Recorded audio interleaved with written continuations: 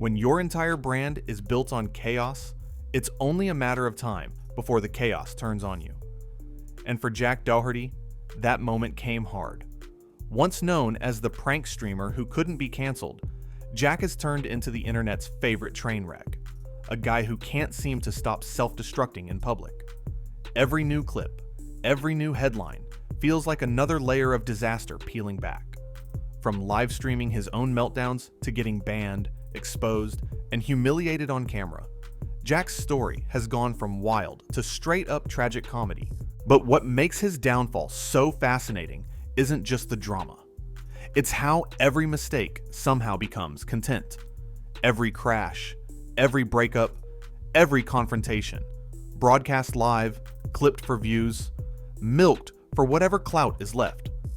Because when your whole career depends on people watching you fall apart, the only direction left to go is down. And that's exactly what happened. After the breakup, the bans, and the TwitchCon disaster, Jack Doherty has become a walking cautionary tale, proof that fame without boundaries eventually eats itself alive. But how did we get here? How did one of the most notorious streamers on the internet go from crashing parties to being kicked out of them? Let's rewind. Every story like this starts with a crash. But for Jack Doherty, it wasn't a car this time.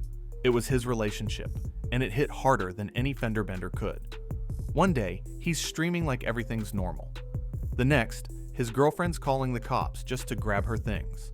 No warning, no private talk, just flashing lights outside his house, and his entire life unfolding live on camera. Jack's standing there, confused, angry, half performing for his chat, while his personal life burns down behind him. He says stuff like, "You called the cops before you talked to your boyfriend? Are you kidding me?" But the real line that stuck out was the one that came later, when he tried to convince himself it wasn't over. "You know, we love each other. I don't think a little fight is going to separate us." 3 hours later, he's on stream again, breaking down, blaming everyone but himself. That was the moment viewers realized something had shifted. The cocky prank streamer who always laughed things off suddenly looked lost, and instead of taking a break, he did what every clout-addicted creator does. He doubled down. Because in Jack's world, pain equals views. Every tear, every argument, every public fallout turns into another clip. So instead of fixing the problem, he fed it. He live-streamed heartbreak like it was content, hoping sympathy could replace substance. And it worked. For a while. But once the breakup clips stopped trending, the silence hit harder than the drama ever did. That's when Jack did what he always does when attention starts to fade. He went looking for a new scene, a new stunt, a new mess to crash into. And that led him straight to TwitchCon, the stage for his next disaster. If there's one thing Jack Doherty can't stand, it's being left out of the spotlight. So when TwitchCon rolled around, the one event where every creator, streamer, and internet personality gathers, he couldn't resist making an appearance. The only problem? He wasn't exactly invited. With his usual mix of arrogance and adrenaline, Jack decided to sneak in. His master plan? Send one of his entourage of blonde distractions to keep the security guard busy while he slipped through the gates. And for a split second, it actually worked. He strutted into TwitchCon like he'd pulled off some Ocean's 11 move, until security caught up to him 5 minutes later. What followed was a live streamer's worst nightmare: humiliation in HD. Guards pulled him aside as he argued, his camera rolling, his so-called crew heckling the staff with lines like, "You're too short to be security. You can't even chase us." It was loud, cringy, and painfully desperate. And when one of the girls actually fainted mid-chaos, the guards rushed to help her, while Jack just kept complaining about being touched. The clip went viral instantly, not because it was funny, but because it showed how far he'd fallen. Gone was the confident prankster who used to troll for laughs. This was a guy desperate for relevance, turning every ounce of embarrassment into content. The TwitchCon staff handled it calmly, escorting him out without a scene, but the internet had already made its judgment. Viewers called it pathetic, streamers mocked him, and Jack pretended not to care, even though the whole world could see it on his face. But that was only the public side of the story. Behind the scenes, word started spreading fast. Other creators were openly refusing to associate with him, not just because of the chaos, but because of what he'd said and what he'd done off camera. And those confrontations? They were coming next. By now, Jack had turned TwitchCon into his own circus, but he wasn't done burning bridges yet. Because when you spend years stirring chaos, the internet eventually brings the chaos right back to your doorstep. It started when other creators began confronting him face to face. Some were chasing clout, others were genuinely fed up. Either way, every conversation turned into another viral clip. The one that blew up the most, his argument with streamer Peach Jars, the moment Jack proved that not every controversy can be brushed off with a joke. On camera, he threw out slurs like it was nothing, trying to laugh his way through it. "I can't be homophobic, my brother's gay," he said, smiling as if that magically erased everything. Peach Jars pushed back instantly, calling him out. Jack doubled down, turning the confrontation into a comedy routine for his chat. But instead of laughing with him, people started laughing at him. Clips spread like wildfire, creators dissecting his excuses, fans calling him out, and Jack pretending it was all just content. He leaned into the outrage, thinking any attention was good attention. But this time, it didn't stick. His audience wasn't angry in the fun way anymore. They were embarrassed for him. And behind all that fake confidence was a guy who suddenly looked small. You could see it in his body language, hiding behind a massive security guard while arguing with people half his size, trying to talk tough from the safety of the camera lens. Every time he opened his mouth, he dug the hole deeper. Still, Jack couldn't stop. The insults, the outbursts, the mockery, they were fuel for his next stream. But when the money started to fade, the clout couldn't save him. That's when he made a move even dumber than the public fights. He went full crypto bro. And that's where things really fell apart. Something shifted in Jack's world when streaming views started slipping, and the chaos alone wasn't enough. He didn't turn to a smarter content strategy.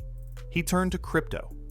In late 2024, Jack Doherty launched a meme coin, hyped it live, and then dumped it just as his viewers piled in. On a stream, it's reported Jack's other wallets had already bought the token behind the scenes. Then, he casually revealed it to his audience as my next big move. Moments later, the price spiked, and he cashed out. The chat exploded, but not the way he expected. Retail investors found themselves holding the bag, while Jack walked away. After the crash, he did something telling. He deleted all his posts promoting the coin. He vanished the hype, avoided the questions, and let the losses stand. This wasn't just one bad night. It let everyone see something glaring. When the streams dry up, the clout chaser becomes a schemer. One article noted, on November 23rd, 2024, viewers reported he executed a rug pull live on his stream after launching a meme coin. And while some might say, well, that's crypto, it's volatile, the pattern here matters. Pump and dump schemes are the textbook of social media financial manipulation. Hype, buy, publicity, sell, crash. For Jack, this move marked a turning point. It wasn't just about losing credibility. It was about stepping into territory where followers lose money and you escape with profit. That shift costs more than views. He might still have followers, but integrity? That's gone. The money from streaming and sponsorships starts to fade when you're known for these moves. And the reality is stark. When your empire is built on stunts and spectacle, a financial scandal makes it smaller. Fast. Jack had one last life raft, the content, but even that looked hollow now. Every click now carried a question. Is this a stunt or a scam? And so while the boys partying and sneaking into receptions could still clip for laughs, the investors, the fans, the audience, they weren't laughing anymore. They were waiting for the next crash. By the time the crypto smoke cleared, Jack's empire was crumbling, not from bans or backlash, but from inside his own circle. The people who once laughed at his jokes, followed him to parties, and defended his chaos were now walking away. Or worse, walking straight into his rival's arms. At TwitchCon, that collapse played out in real time. Jack showed up with his usual entourage, the same girls who'd been orbiting him for months, chasing clout, flashing smiles, and filming everything. But once they stepped into the neon lights of the afterparty, something changed. The moment streamer Neon walked in, Jack went from center of attention to background noise. One by one, his friends started drifting away, slipping past security, heading inside, while Jack stood outside his Sprinter van, watching. The clips showed him pleading, angry, embarrassed. The girls told him they just wanted to get clips and have fun. Translation? They'd found someone with more followers. That's when the truth hit him. The people around him weren't friends. They were business partners in a company called Clout. When he had it, they needed him. When he didn't, they were gone. And it wasn't just the girls. Other streamers started taking turns roasting him for views. One of them, Solji, who'd had his own shady NFT past, called Jack out for rug-pulling coins. Another mocked him on camera, bragging that without his security guard, Jack was soft. The irony was thick. Scammers calling scammers out, all for the algorithm. Jack tried to clap back, but his words had lost weight. Every insult sounded like desperation. Every rant reminded people just how far he'd fallen. He wasn't the crazy streamer anymore. He was the cautionary tale, the guy everyone uses for content when they're out of ideas. And the worst part? The man who built his career on embarrassing others was now the one being publicly humiliated, day after day, clip after clip. But even with the internet laughing, Jack wasn't done chasing attention, because when clout is all you know, the only way to survive is to create more chaos. And that chaos would come in one final scene, where the humiliation hit its peak and Jack's own world turned on him completely. Every story built on chaos eventually reaches the point where even chaos gets tired of watching. For Jack Doherty, that moment finally arrived. By the time the dust from TwitchCon settled, he'd lost almost everything that once gave him power. The platforms, the girlfriend, the entourage, the trust of his audience. The only thing left was the camera, and even that had turned into a mirror showing him what he'd become. Clips of him getting kicked out, getting called out, getting left behind. They weren't entertaining anymore. They were exhausting. The internet that once fueled him now watched out of habit, not curiosity. Every meltdown felt recycled. Every "I'm coming back" stream felt emptier than the last. And the saddest part? Jack didn't even realize it was over. He was still streaming, still shouting, still clinging to the same formula that stopped working a long time ago. It's like watching someone stuck in a time loop, trying to replay the same scene, hoping for a different ending. But there's no comeback arc when your downfall is self-inflicted. Behind every fake smile, you can almost see the panic. The quiet moment when he realizes the followers aren't laughing with him anymore. They're laughing at him, and the people he once mocked. They've moved on, building careers that don't need controversy to survive. Because clout isn't power, it's a timer. And once it runs out, all that's left is silence. Jack Doherty's story isn't just about one streamer crashing out. It's a warning to everyone chasing numbers at any cost. You can fake confidence, fake success, fake loyalty, but you can't fake longevity. So maybe the next time Jack hits Go Live, he won't be talking to millions. Maybe he'll just be talking to himself. And maybe, for once, he'll finally hear what the world's been trying to tell him all along. When your fame depends on being the villain, eventually, the audience finds a new one. So what happens to the villain when the crowd stops cheering? Jack Doherty's story might look like a comedy of errors, but it's really a slow-motion warning, a blueprint for how fame built on chaos eventually eats itself alive. Because here's the truth.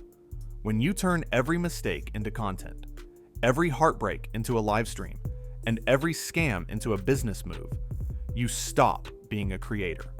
You become the product, and the internet never stops consuming.